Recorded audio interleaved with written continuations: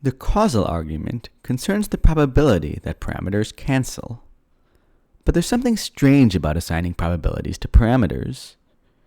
In previous episodes I explained that the variables in causal models are random variables with an associated probability distribution.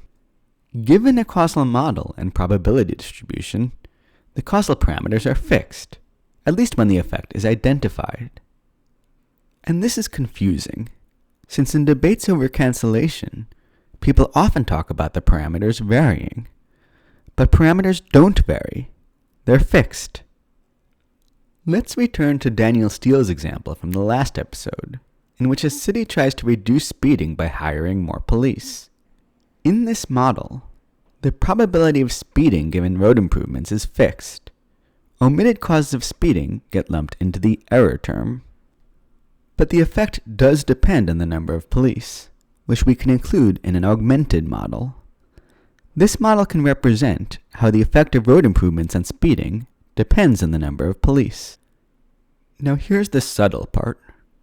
When people talk about changing the parameter for the effect of road improvements on speeding in the model on the left, what they're really thinking of is changing the number of police in the model on the right.